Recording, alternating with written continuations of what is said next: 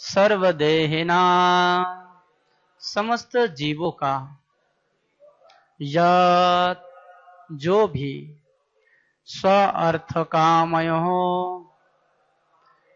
अपने परम लक्ष्य तथा लाभ का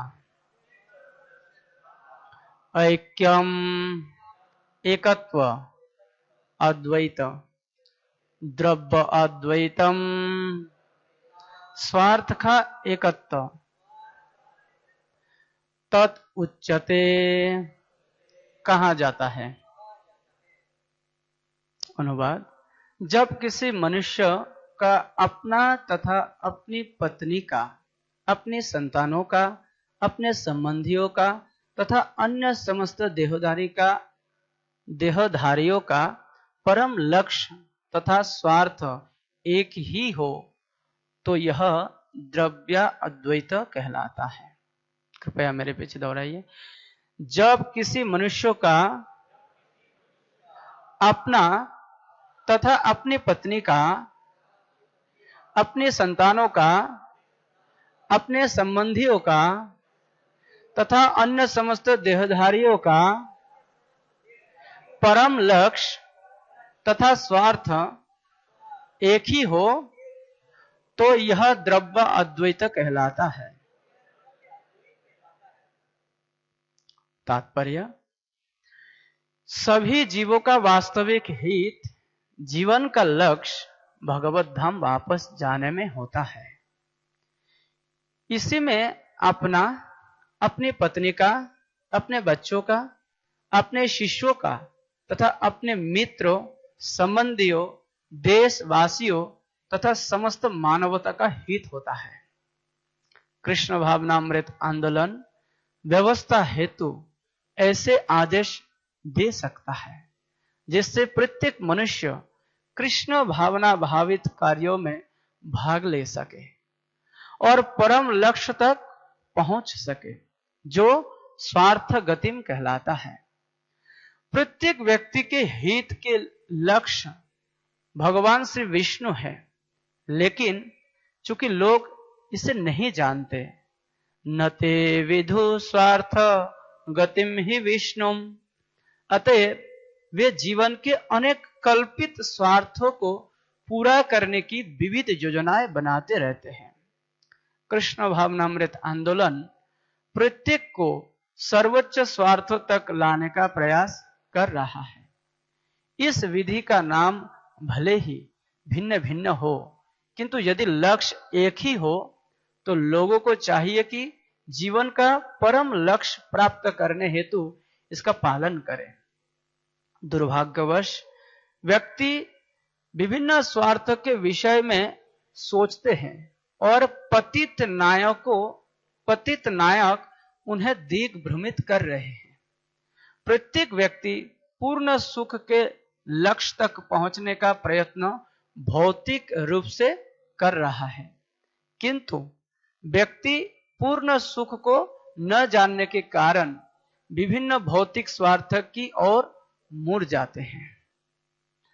यहीं श्रील प्रभुपाद जी के बहुत ही सुंदर और बहुत ही सरल एवं संक्षिप्त तात्पर्य समाप्त होता है। आत्मजाया सुतादीनाम अन्वेषम सर्वदेहिनाम यत् स्वार्थ कामयो ऐक्यम द्रव्य अद्वैतम तदुच्यते। जब किसी मनुष्य का अपना तथा अपनी पत्नी का, अपने संतानों का, अपने संबंधियों तथा अन्य समस्त देहधारियों का परम लक्ष्य तथा स्वार्थ एक ही हो तो यह द्रव्य अद्वैत कहलाता है। तो श्रीमद् भागवतम के सप्तम स्कंद के इस आखिरी अध्याय में, जहां पे भगवत भक्ति के प्रचारक श्रील नारद मुनि युधिष्ठिर महाराज को अंतिम उपदेश दे रहे हैं राजस्व सभा में, तो इस प्रसंग में अपना अनुभव व्यक्त करने के पहले यहाँ पर उपस्थित मेरे शिक्षा गुरु और अन्य समस्त वरिष्ठ वैष्णव जन एवं माता वृंद, सभी भक्त लोग मुझे आशीर्वाद दीजिए। आप लोगों के चरणों को मैं वंदना करता हूँ कि मैं श्रील प्रभुपाद जी के भाव को अटूट रखते हुए आप लोगों के सामने मैं कुछ शब्द व्यक्त कर सकूं। हरे कृष्ण। तो ये जो श्लोक है बहुत ही महत्वपूर्ण श्लोक है। श्रील प्रभुपाद जी तात्पर्य में सबसे पहले लिखते कि सभी जीवों का वास्तविक हित तथा जीवन का लक्ष्य भगवत धाम वापस जाने में होता है। हमारे देश में तथा पूरा विश्व में सरकार की ओर से एक विभाग है, रेलवे विभाग।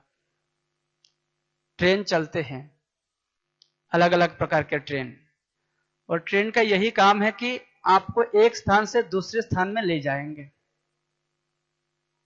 हम लोग जब ट्रेन में चढ़ते हैं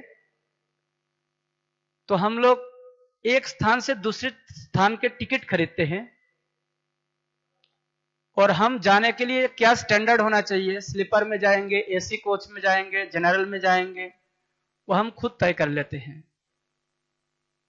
और इसके बाद ट्रेन में जब बैठते हैं समय आने पर, तो बहुत सारे लोगों से हमारे बातचीत होना शुरू हो जाते हैं। फिर लगता है कि ये हमारा सुहृद है, अच्छा व्यक्ति है, परोपकारी जैसा ही है, तो उनसे हम मित्रता कर लेते हैं। और मित्रता करते करते कभी उनको हम रिश्ता भी बना लेते हैं। आज से तुम मेरे भाई हो, बहन हो, ये हो, वो हो, ऐसे करके कुछ बना लेते हैं। लेकिन 21 घंटा हो, 25 घंटा हो, 40 घंटा हो, 50 घंटा हो, एक निर्दिष्ट समय में हर एक व्यक्ति का अपना अपना स्टेशन आ जाते हैं, और इसके बाद उनको उतारना ही पड़ता है। एक दो स्टेशन पहले से ही वो सीरियस बन जाता है, एकदम सामान गुटाने लग जाता है। अब मुझे उतारना है, बस मेरा अब एक दो स्टेशन बाद में मेरा बारी आ रहे हैं, और आपको अभी से मैं विदाई कर रहा हूं। मतलब जो भी बातचीत हुआ है, अच्छा हुआ तो याद रखना और बुरा हुआ तो भूल जाना।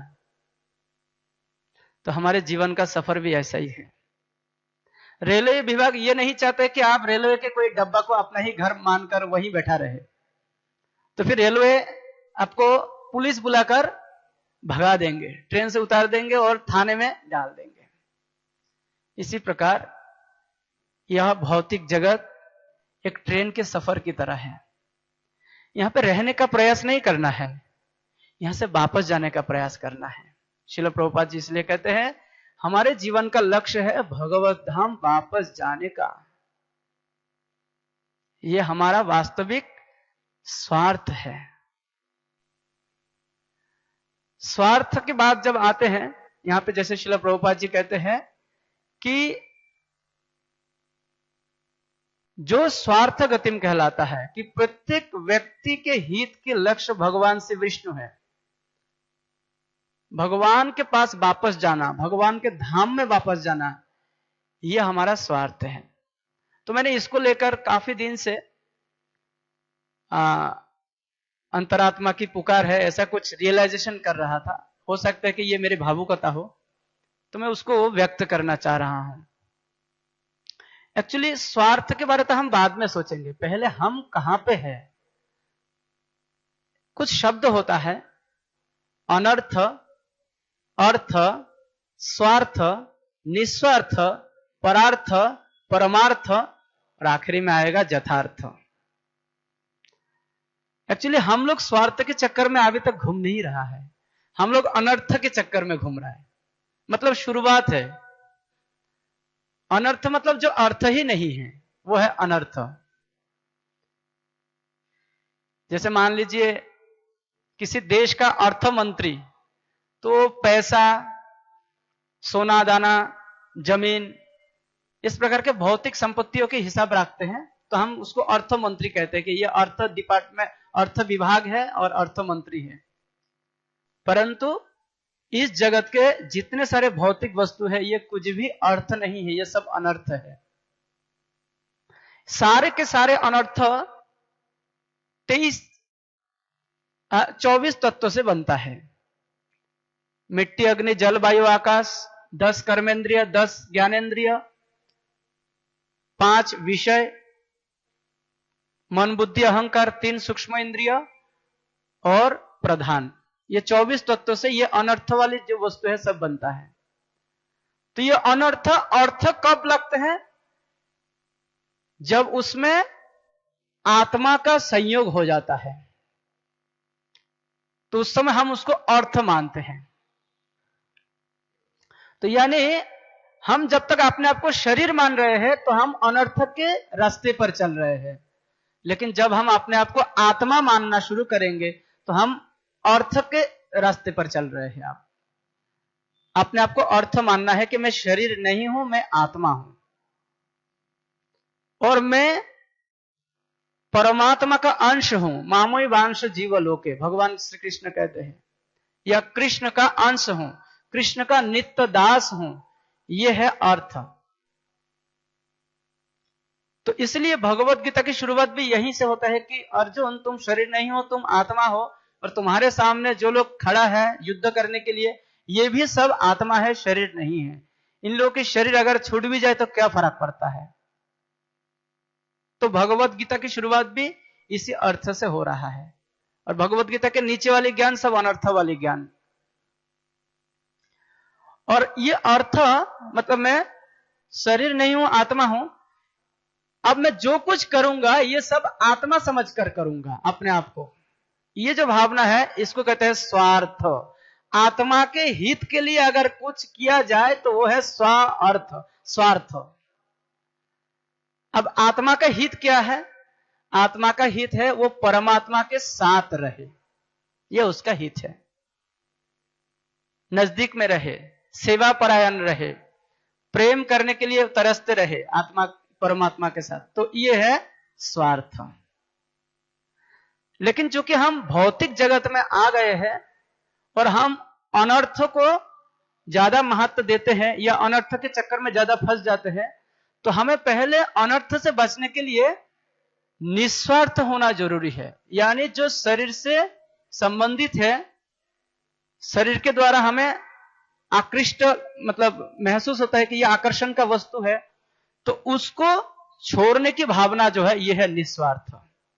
कोई व्यक्ति कोई चीज अगर छोड़ देता है, त्याग करते हैं, तो कहते हैं कि यह निस्वार्थी है, ये छोड़ दिया है, इनको यह चीज रखना चाहिए था लेकिन नहीं रखा, इन्होंने त्याग दिया है, तो कहते हैं यह निस्वार्थ है। लेकिन यह निस्वार्थता ही जीवन का लक्ष्य नहीं है। निस्वार्थ आप हर चीज छोड़ रहे हैं, हर चीज छोड़ रहे हैं, बाद में आपके मन में सूक्ष्म वैराग्य आ जाएगा। सूक्ष्म वैराग्य भी ऐसे ही होते हैं, सब कुछ छोड़ देता है, भजन भी छोड़ देता है, भगवान को भी छोड़ देता है, दुनिया समाज सबको छोड़ देता है, तो केवल निस्वार्थ होने से क्या होगा? कुछ नहीं होगा। इसलिए हमें और आगे जाना चाहिए, वो है परार्थ। परार्थ मतलब परोपकार करने की भावना। परोपकार करने की भावना ये दो प्रकार के होता है। एक, हम किसी को आत्मा समझकर परोपकार करें, या तो हम शरीर समझकर परोपकार करें। भगवान श्री कृष्ण श्रीमद् भागवतम के 10वें स्कंद में कहते हैं, एतावत जन्म साफल्यम देहनाम देहमादिषु प्राणोरर्थ धिया वाचा श्रेय आचरणम सदा।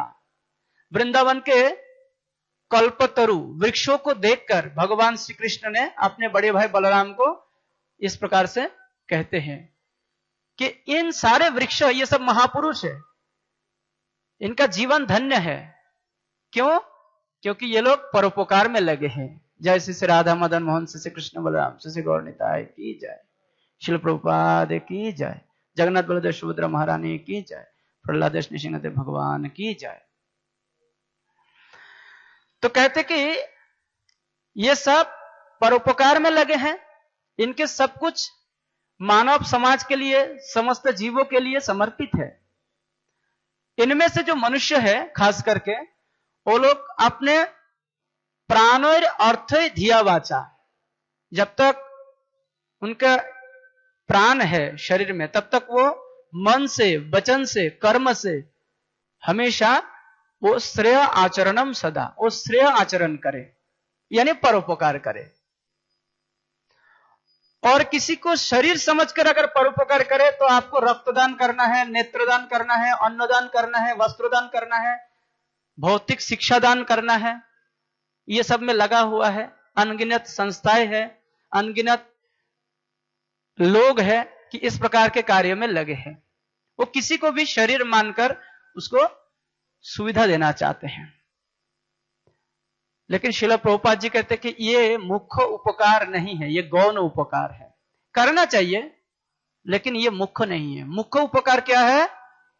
मुख्य उपकार है किसी को भी आध्यात्मिक ज्ञान प्रदान करना, कि तुम शरीर नहीं हो, तुम आत्मा हो, तुम यहाँ पे फंस गए हो, ये भौतिक जगत दुखालय है, जन्म मृत्यु जरा व्याधि का ये भंडार है, यहाँ पे यही सब सबसे ज्यादा मिलते हैं, इसलिए यहां से भागो, यहाँ पे रहने का प्रयास मत करो, ये एक चलमान ट्रेन है, तुम्हारे मकान नहीं बन सकते यहाँ पे, ये बताना जरूरी है।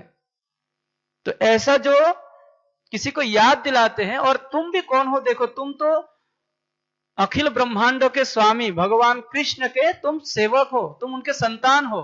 भगवान गीता में बोल भी दिया है, अहम बीज तद पिता, तुम्हारे पिता गोलोक वृंदावन में बैठे हैं, तुम यहां क्या कर रहे हो, दुखालय में क्यों तुम सर रहे हो? चलो भगवत धाम, वहां पे जाने के बाद तुमको वापस नहीं आना पड़ेगा। यद्गत्ता न निवर्तन्त तद्धाम परमं मम, वहां पे जाने के बाद तुम्हारे बोलने से ही तुम गीत गाते रहोगे, चलने से ही तुम्हारा नित्य हो जाएगा। तुम अगर कुछ म्यूजिक सुनना चाहोगे तो भगवान के वंशी ध्वनि तुमको अच्छी से म्यूजिक सुना देंगे। और वहां पे, यहां पे अमृत नहीं मिलता है, सब लोग मर रहा है, वहां पे अमृत का सागर है। तो इस प्रकार से ये जो एक प्रामाणिक गुरु होता है, साधु वैष्णव होते हैं, ये लोग इस प्रकार से परोपकार करते हैं, लालच दिखाते हैं, यहां मत फंसो वहां चलो, ये है परोपकार। श्रीमद् भागवतम में भी हम देखते हैं, गीता में भी देखते हैं, अर्जुन को भगवान ने इस प्रकार से गीता ज्ञान प्रदान किया है कि तुम आत्मा समझकर सेवा करो, मेरे लिए करो, ये युद्ध मेरे लिए करो, तुम अपने लिए मत करो। और हम लोग इस प्रकार से देखते हैं कि श्रीमद् भागवतम में भी महाराज प्राचीन बरही को नारद जी इस प्रकार से पूरा पुरंजन उपाख्यान सुनाकर उनका मोह भंग कर देता है और उनको भगवत धाम जाने के लिए प्रेरित करते हैं। Same to same Shrimad Bhagavatam के षष्ठ स्कंद में देवर्षि नारद और अंगिरा ऋषि महाराज चित्रकेतु को प्रेरणा देते हैं, तुम पुत्र शोक में क्यों डूब गए हो, तुम ये सब छोड़ो और यहां से तुम भगवत धाम जाने की तैयारी करो। और इस प्रकार से हम देखते हैं कि भगवत धाम जाने की तैयारी लेकर महाप्रभु के पार्षद श्रीवास पंडित एकदम तैयार हो गए हैं। उनका पुत्र मर गए हैं, लेकिन वो बिल्कुल मोहग्रस्त नहीं हुए हैं, एकदम अपने पुत्र शोक को डटकर वो मुकाबला किया है, मतलब उसको शोक लगा ही नहीं। इस प्रकार से ये जो परार्थ है, ये परार्थ के ऊपर होता है परमार्थ। मतलब जब आप शरीर समझकर किसी को उपकार करेंगे तो परार्थ तक रह जाते हैं, लेकिन ये परार्थ तब तक अच्छे रूप प्राप्त करते हैं जब वो परमार्थ के स्तर पर आते हैं। भगवान को लक्ष्य बनाकर किसी को वापस भगवत धाम भेजने के लिए अगर हम मदद करते हैं तो उसको परमार्थ माना जाएगा। और ये जो परमार्थ प्रक्रिया है, ये परमार्थ प्रक्रिया सबसे सुंदर होता है जब आप युग के हिसाब से इसकी मतलब क्या कहते हैं उसका आचरण करेंगे। जैसे अभी कलयुग चल रहा है, तो कलयुग में परमार्थ का अर्थ यह है हरेर नाम हरेर नाम एव केवलम कलो नास्तेभ्यो नास्तेभ्यो नास्तेभ्यो गतिरन्यथा। ये कलयुग में हरिनाम के आश्रय लेकर भगवान की भजन करना, यही वास्तविक परमार्थ है और ये यथार्थ बन जाता है। कली काले नाम रूपे कृष्ण अवतार, नाम होते है सर्व जगत निस्तार। कलियुग में साक्षात भगवान श्री कृष्ण नाम रूप में प्रकट हुए हैं, जो नाम के सहारे में इस कलियुग में भक्ति योग आश्रय करते हुए अपने आचरण को संपन्न कर रहे हैं, तो वो यथार्थवादी है। इसलिए आप देख सकते हैं अंतर्राष्ट्रीय कृष्ण भावनामृत संघ इस्कॉन के छत्र छाया में जो लोग भक्ति कर रहे हैं वो लोग कितना प्रसन्न हैं। उन लोगों को देखने में लगता है कि ये यथार्थ मार्ग पर है, और बाकी जो भी जिधर भी प्रयास कर रहे हैं वैसा लगता है कि वो भटक रहे हैं, वो अभी तक अपने मार्ग को समझ ही नहीं पा रहे हैं, उसके मन में संतुष्टि नहीं है, अभी तक वो कुछ ढूंढ रहे हैं। कोई गुरु के सहारे में है, कोई मंत्र भी जप रहे हैं, कोई बहुत सारे किताब भी पढ़ रहे हैं, लेकिन मन बिल्कुल बेचैन है। असंतुष्ट है।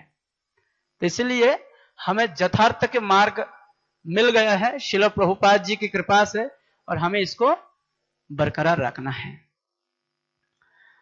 तो इस प्रसंग में श्रील भक्तिविनोद ठाकुर एक भजन गाया था, बहुत सुंदर भजन, बस इसी के साथ मिला जुला हुआ है।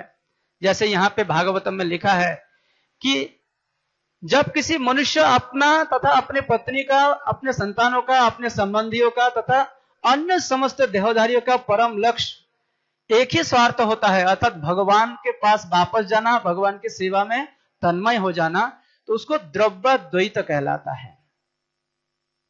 तो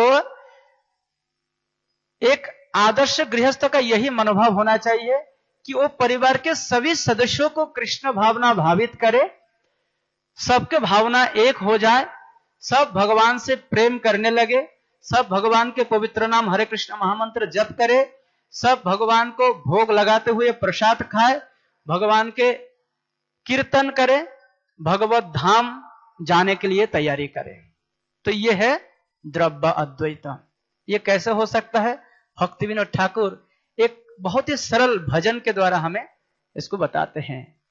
आमार बोलिते प्रभु आर किछु नाई, तुमी आमार मात्र पिता बंधु भाई, पिता बंधु भाई। हे प्रभु, मेरा इस दुनिया में कोई भी वस्तु नहीं है, आप ही एकमात्र मेरा पिता है, मेरा बंधु है और मेरा भाई है। बंधु दारा सुत सुता तब दासी दास, सेई तो संबंधे सबे हमारो प्रयास। ये जो मेरा मित्र है, मेरा पत्नी है और मेरा बालक बालिका है, पुत्र पुत्री, ये सब आपके दास दासी है, और इसलिए मैं इनको एकत्र रखने का प्रयास कर रहा हूं। इनके साथ मेरा भी यही संबंध है कि मैं भी आप उन लोगों की तरह एक दास हूं या दासी हूं। धन जन गृह द्वार তোমার বলিয়া, रक्षा करी आमी मात्र सेवक होइया। ये जो धन संपत्ति है और मेरे आसपास में जो भी घर के सदस्य है, घर है और पत्नी है, ये सब आपका है प्रभु, ये मेरा नहीं है। परंतु चूंकि ये आपका है, इसका अर्थ ये नहीं है कि मेरा इसमें कुछ करने के लिए है ही नहीं। बोले नहीं, रक्षा करी आमी मात्र, मैं इसको रक्षा करता हूं, सिक्योरिटी गार्ड, संभालना पड़ेगा। सेवक होइया, मैं आपका सेवक हूं और इन सबको रक्षा करना ये मेरा जिम्मेदारी है। केवल बस संभालेंगे और कुछ नहीं करेंगे? नहीं करेंगे ना। तुम्हारो कार्जेर तरे उपार्जिब धन, तुम्हारो संसार व्यय करिब बहन। तुम्हारो कार्जेर तरे, हे प्रभु आपके सेवा के लिए मैं उपार्जिबो धन, धन कमाऊंगा। ऐसा नहीं कि नौकरी नहीं करूंगा, बिजनेस नहीं करूंगा, चलो यार बाबाजी बन के मंदिर, इस्कॉन मंदिर में जाके वहीं बाबाजी बन जाएंगे। गुरुजी आपको हमको भी ले लीजिएगा। ये सब माया मोह है, अब छोड़ना चाहता हूं। भोगने के लिए प्रयास किया था परंतु ये लोग बहुत परेशान कर दिया, तो अब मैं चाहता हूं कि इस्कॉन मंदिर में जाके आप लोगों की तरफ वैसे भगवा पहन के बस ब्रह्मचारी बन जाएंगे। ऐसा नहीं, ऐसा नहीं। तुम्हार कार्जेर तरे उपार्जिब धन, तुम्हार संसार व्यय करिब बहन।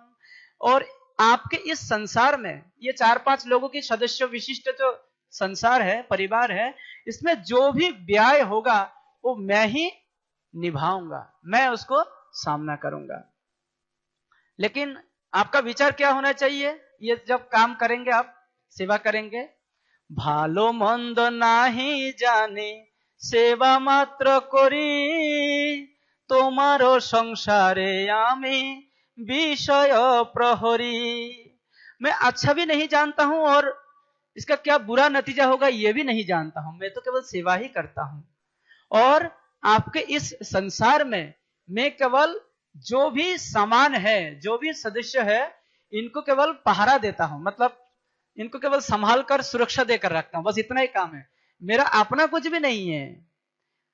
तो अच्छा, ये परिवार भी भगवान का हो गया है और सारे पैसा धन संपत्ति ये भी भगवान का हो गया है, लेकिन आपका शरीर वो किसका है? তোমার ইচ্ছায় মোর ইন্দ্রিয় চালনা, শ্রবণ দর্শন ঘ্রাণ भोजन वासना। प्रभु, मेरा जो शरीर है, मेरे जो इंद्रिया है, ये भी आपके इच्छा से ही चलता रहेगा। और इस शरीर से मैं कभी श्रवण करता हूं, कभी दर्शन करता हूं, कभी घ्राण कर लेता हूं, कभी भोजन करता हूं, या तो कभी कभी थोड़ा बहुत वासना भी आ जाते हैं। तो ये सब आपकी इच्छा के अनुसार ही होना चाहिए या होगा, ऐसा मैं चाहता हूं।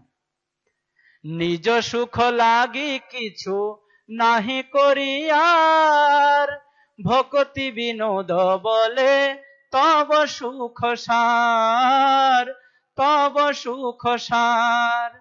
श्रील भक्ति विनोद ठाकुर, जो कि एक आदर्श गृहस्थ रहे हैं, वो कहते हैं कि निजो सुख लागे किछु नाही करियार, मैं अपने सुख के लिए आज से कुछ भी नहीं करूंगा। क्यों? क्योंकि मेरा जो प्रयास रहेगा ये केवल आपके सुख विधान करने के लिए ही होगा। तो यही आज के श्लोक के मूल भाव है। और अभी दामोदर महीना चल रहे हैं, तो दामोदर भगवान के कुछ ना कुछ तो बोलना ही पड़ेगा। वैसे आप लोग काफी दिन से सुन ही रहा है कि भगवान किस प्रकार से मतलब रस्सी में बंध गए हैं, आप लोग के सामने अरेस्ट हो गए हैं।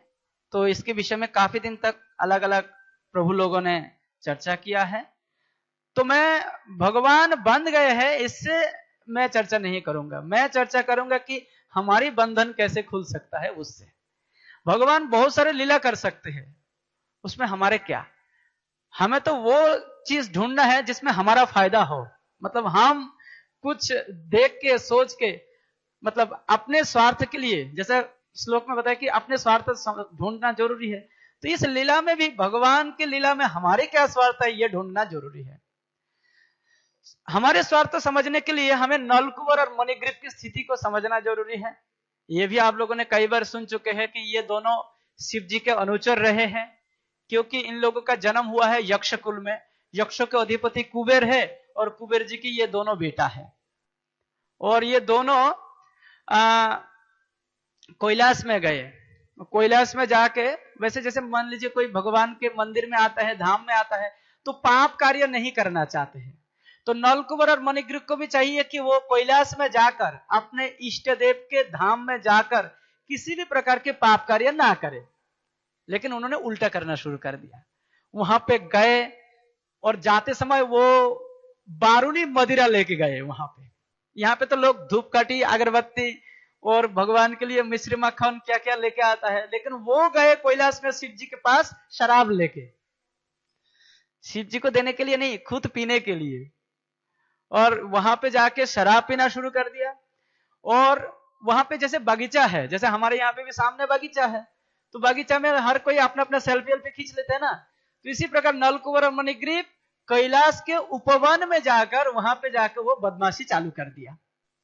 और बदमाशी चालू करते करते वो अप्सराओं को बुला लिया, उन लोगों से हरकत करना शुरू कर दिया। वो लोग मना कर रहा था, ये सुन नहीं रहा था, नहीं जबरदस्ती खींच खींच के इन लोगों को बोल रहे कि ये करो वो करो, गाना गाओ, नाचो, इस प्रकार से। तो ये लोग थोड़ी देर सहन कर लिया, बाद में बोला कि एक काम करो, अंत प्रविश्य गंगायाम, अब चलो गंगा में चलो। गंगा नदी में लोग नहाते हैं पुण्य अर्जन करने के लिए, पाप को हटाने के लिए। ये दोनों पाप करने के लिए गंगा में उतरे और गंगा में जाके शराब भी पी रहे हैं और अप्सराओं से दुर्व्यवहार कर रहे हैं। और साथ में ये शराब पीने से इन लोगों का इतना नेशा में ये लोग चूर हो गए हैं कि ये अपना होश खो बैठे। तो अपना कपड़ा कहां चले गए इनको पता भी नहीं है, ये निर्वस्त्र खड़ा है वहां। तो इस प्रकार से ये लोग पूरा पतित दशा में आ गए हैं।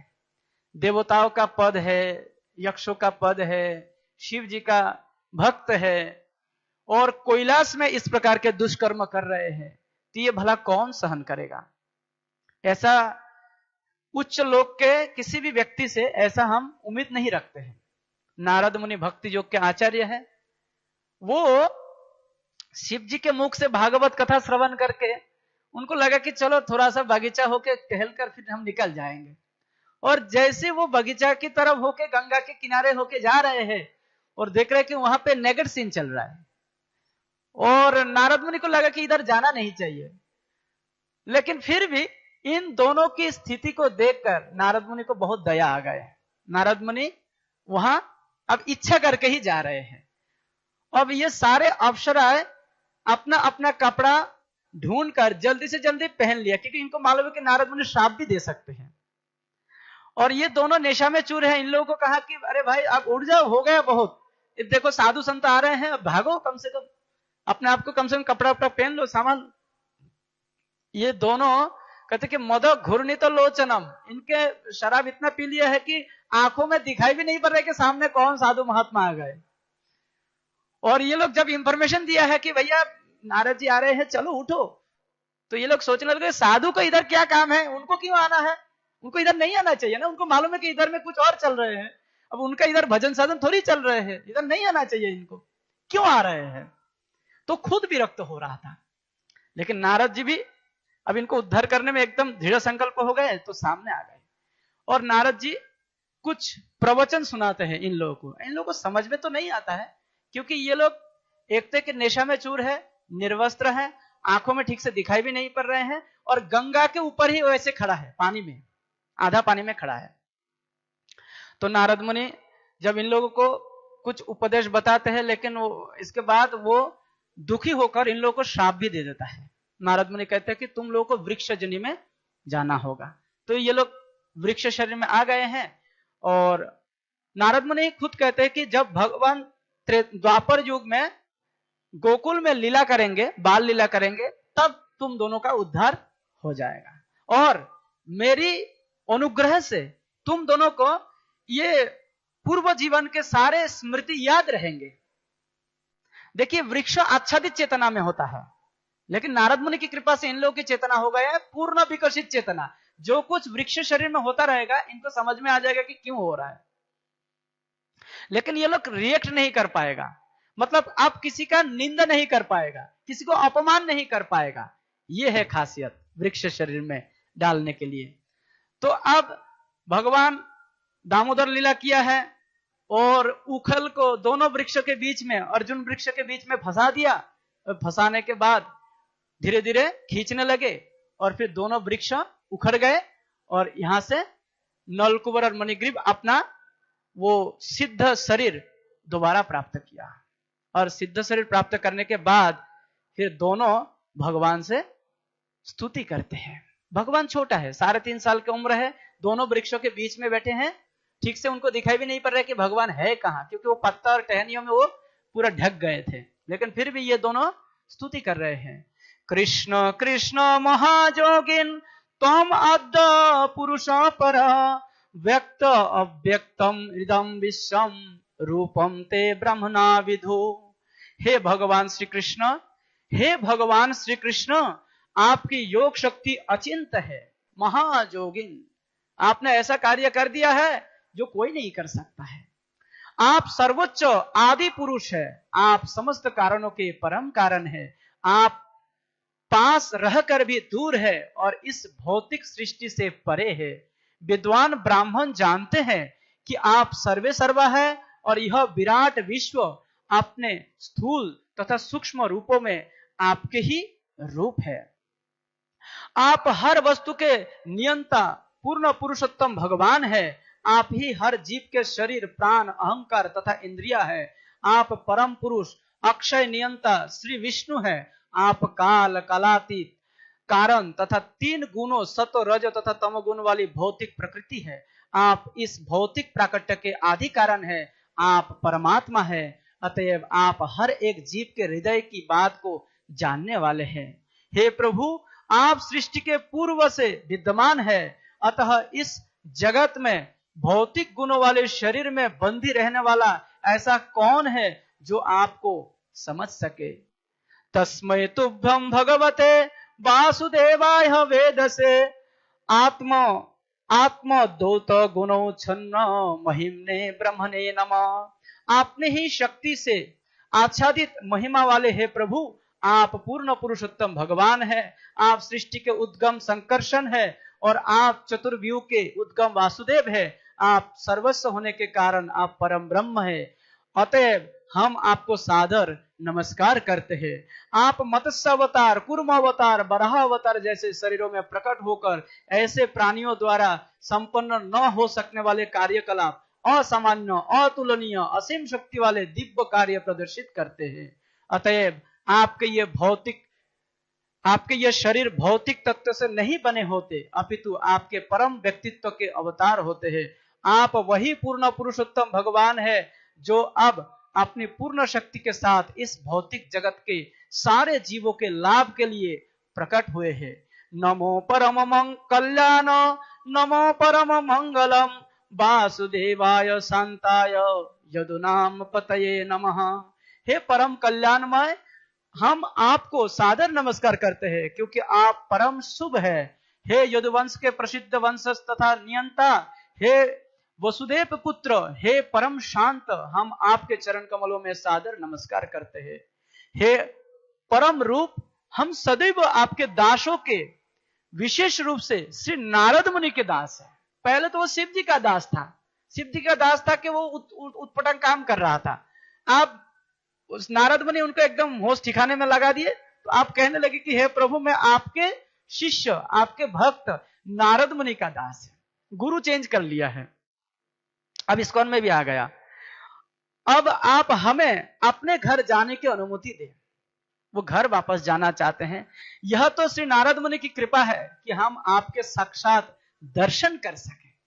तो नारद मुनि ने इनको श्राप नहीं दिया, नारद मुनि ने इनको भगवान के आदि रूप, भगवत गीता में भगवान खुद कहते हैं कि हे अर्जुन, मेरा ये जो द्विभुज रूप है, श्याम सुंदर रूप, इसका दर्शन इतना आसानी से नहीं होता है। यज्ञ, दान, तपस्या, वेद अध्ययन, किसी भी प्रकार से मेरा इस दुर्लभ रूप का दर्शन नहीं हो पाते। लेकिन नलकुबर और मणिग्रीव को यह सौभाग्य मिल गया नारद मुनि की कृपा से कि अब ये दोनों भगवान को इस रूप में साक्षात दर्शन कर पाए हैं। इसलिए भगवान से आखिरी श्लोक में कहते हैं, वाणी गुणानुकथने श्रवणो कथायाम।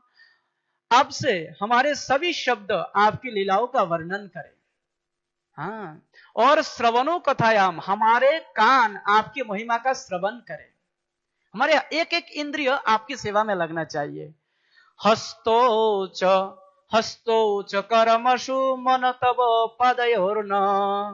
कहते कि पांव तथा अन्य इंद्रिया आपको प्रसन्न करने के कार्यों में लगे रहे और हमारे मन सदैव आपके चरण कमलों का चिंतन करे। सवै मनो कृष्ण पदारविंदयो, वही मांग कर रहे हैं।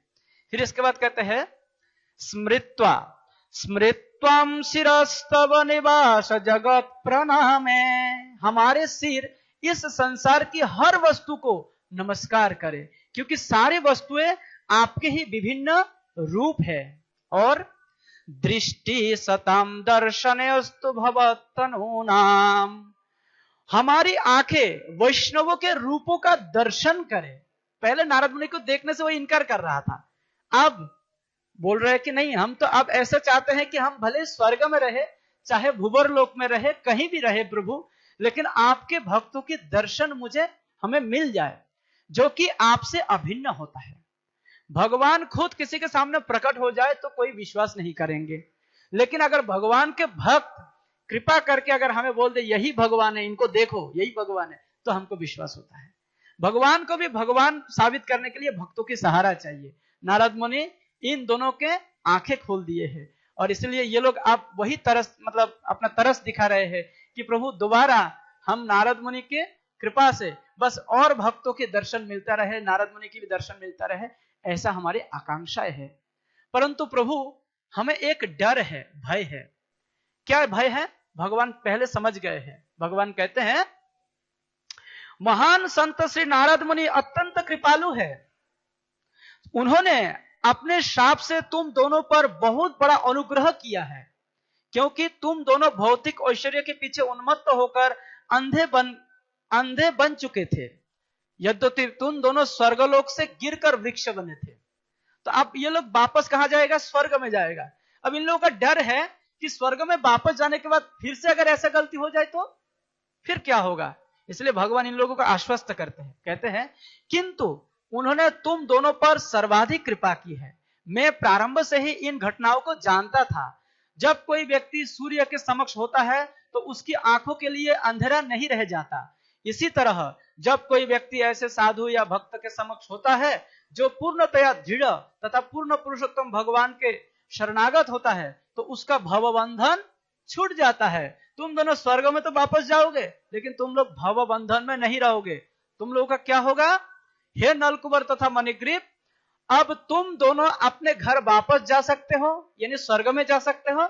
चूंकि तुम मेरी भक्ति में सदैव लीन रहना चाहते हो, अतः मेरे प्रति प्रेम उत्पन्न करने की तुम दोनों की इच्छा पूरी होगी। यानी स्वर्ग में बैठकर भी तुम लोग मेरी भक्ति करोगे, मुझसे प्रेम करोगे, और अब तुम उस पद से कभी भी नीचे नहीं गिरोगे। यानी जो गलती तुम लोगों से हो गया है वो गलती दोबारा तुम लोगों से नहीं होगा। ये भगवान ने आशीर्वाद दिया। इससे बड़ा आशीर्वाद और क्या हो सकता है। अगर जीव को च्यूत कहते हैं, यानी जीव हमेशा पतनशील होता है, माया के चक्कर में आने का चांस सबसे ज्यादा रहता है, और भगवान किसी भी जीव को अगर ऐसा आश्वासन दे दे कि नहीं आज से तुम गिरोगे नहीं, तुम मेरे पास या मेरे धाम में या तुम जहां भी रहोगे वहां पे तुम हमेशा अच्युत रहोगे, अपतित रहोगे, इससे बड़ा वरदान और क्या हो सकता है। इसलिए ये हमारी फायदा है। तो दामोदर लीला से हमें अपने फायदा यहां से ढूंढना पड़ेगा कि हमें भी ऐसा ही भगवान से थोड़ा मिल जाए, भगवान की भक्तों से मिल जाए, ऐसा हमारी प्रयास होने चाहिए। तो इस प्रकार कहे जाने पर उन दोनों देवताओं ने लकड़ी की ओखली से बंधे हुए भगवान को परिक्रमा किया है, नमस्कार किया है, और भगवान कृष्ण के अनुमति लेकर अपने जो निवास स्थान है वहां पे वापस चले गए हैं। हरे कृष्ण कृष्ण कृष्ण हरे हरे, हरे राम राम राम हरे हरे। जय ग्रंथराज श्रीमद् भागवतम की, दामोदर लीला महामहोत्सव की, कार्तिक व्रत की, जगत गुरु शील प्रभुपाद की, समवेत गौर भक्त वृंद की, ग्रंथराज श्रीमद् भागवतम की। निताय गौर शीतनाथ प्रमाण।